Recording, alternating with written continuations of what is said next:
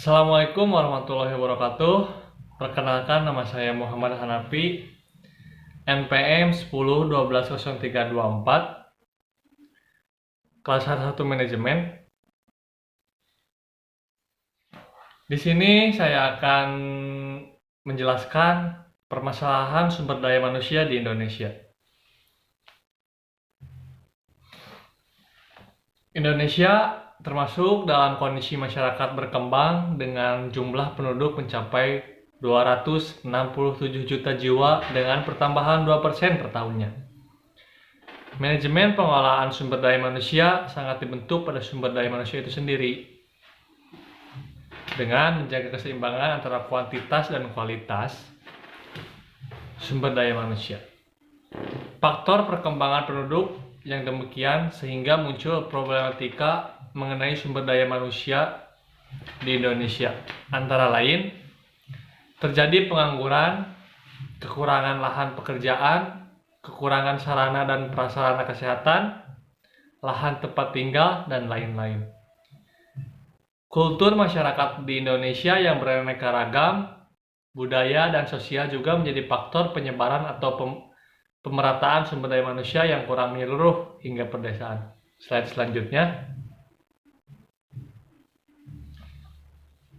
Seperti disampaikan Menteri Ketenagakerjaan Menaker Muhammad Hanif Dakri dalam sesi kedua acara New Driving Force of the Economy yang bertema Human Capital and Future of Work di Bali, ada 3 isu utama tenaga kerja di Indonesia adalah: pertama, kualitas; kedua, kuantitas; dan terakhir, persebarannya. Hingga saat ini, kualitas pendidikan di Indonesia belum bisa menjamin kualitasnya. Meskipun jumlah penduduk dengan sarana pendidikan yang tersedia lebih besar daripada Republik Rakyat Tiongkok yang jumlahnya penduduk lebih banyak dari Indonesia dengan sarana pendidikan yang lebih kecil. Hal tersebut belum menjamin bahwa Indonesia lebih tinggi kualitas SDM dengan sarana pendidikan yang lebih besar dari Tiongkok. Slide selanjutnya. Kemajuan dan perkembangan teknologi yang mulai menguasai dunia menjadi acuan untuk meningkatkan tenaga kerja karena terjadi transformasi suatu bidang tertentu untuk menguasai teknologi. Hingga industri atau perusahaan membutuhkan tenaga kerja dengan kualitas yang sesuai dengan kebutuhan perusahaannya. Konteks yang demikian menjadi kualitas pendidikan sebagai tolak ukur kualitas tenaga kerja untuk memajukan perusahaannya. Slide selanjutnya.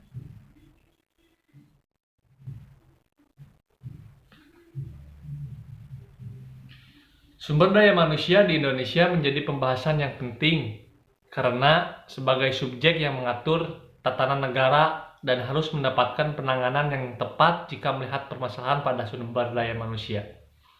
Antara lain, kurangnya sumber daya manusia yang berkualitas, kurangnya tingkat pendidikan formal, kurangnya keterampilan SDM, keterbatasan penyediaan kesempatan kerja, rendahnya pendapatan per kapita sumber daya manusia, rendahnya ilmu pengetahuan yang dimiliki sumber daya manusia, kurangnya pengetahuan teknologi baru yang digunakan, pembangunan perekonomian di setiap daerah tidak merata, rendahnya produktivitas tenaga kerja, adanya ketimpangan antara jumlah kesempatan kerja dan angkatan kerja.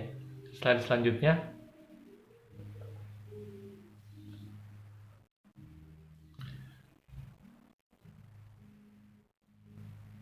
Kedatipun permasalahan yang timbul sebagian telah mendapatkan penanganan dari berbagai elemen masyarakat maupun pemerintah untuk menangani ketimpangan tersebut. Peran pemerintah dalam pertumbuhan dan perkembangan penduduk dengan adanya program keluarga berencana atau KB, persebaran dan kepadatan penduduk diatasi dengan melakukan program transmigrasi dan pembangunan lebih intensif pada Indonesia bagian timur. Tingkat pelayanan kesehatan yang rendah diatasi dengan melakukan beberapa pembangunan fasilitas kesehatan dan pelaksanaan pengobatan gratis bagi warga yang kurang mampu. Tingkat pendidikan yang rendah diatasi dengan penyediaan fasilitas pendidikan yang lebih lengkap dengan kurikulum yang sesuai dengan kebutuhan tenaga kerja. Mengalahkan pengajar di lembaga pendidik milik pemerintah, serta melaksanakan pelatihan bagi pelajar dan pencari pekerjaan.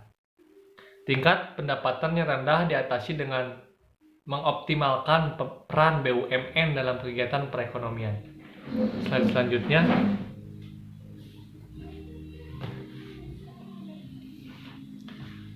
Pembahasan sumber daya manusia semakin luas dengan melihat dari berbagai sudut pandang. Dari segi pendidikan harus lebih diperhatikan oleh pemerintah Indonesia karena untuk menciptakan generasi penerus bangsa dengan menyiapkan pendidikan yang berkualitas dengan fasilitas yang baik.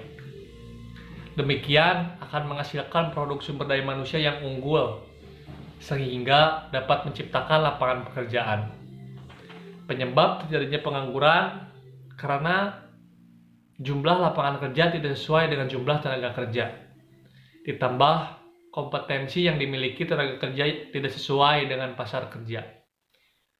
Pendapatan per kapita menjadi kendala orang tua menyekolahkan anaknya, meskipun dari pemerintah telah memberikan dana BOS atau bantuan operasional sekolah. Tetapi untuk melengkapi kebutuhan sekolah tidak hanya membayar uang sekolah, tapi juga membeli peralatan sekolah. Sehingga permasalahan tersebut berimbas pada kondisi ekonomi yang terdapat di Indonesia. Slide selanjutnya. Sehingga problematika yang terdapat di Indonesia harus diperhatikan oleh berbagai elemen masyarakat serta pemerintah dengan menyeimbangkan kualitas dan kuantitas sumber daya manusia sebagai pelaku dalam mengayomi negara Indonesia. Terima kasih. Mungkin sekian dari saya. Wassalamualaikum warahmatullahi wabarakatuh.